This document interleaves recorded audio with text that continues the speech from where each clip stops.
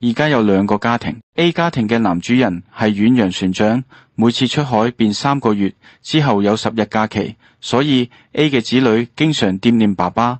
爸爸每一次返屋企都帶返玩具。B 家庭嘅男主人係公務員，每星期上班5日半，每日工作8小時，日日都同家人食晚飯，之後陪仔女做功課。A 家庭嘅仔女每3個月都有新嘅玩具，爸爸唔喺家。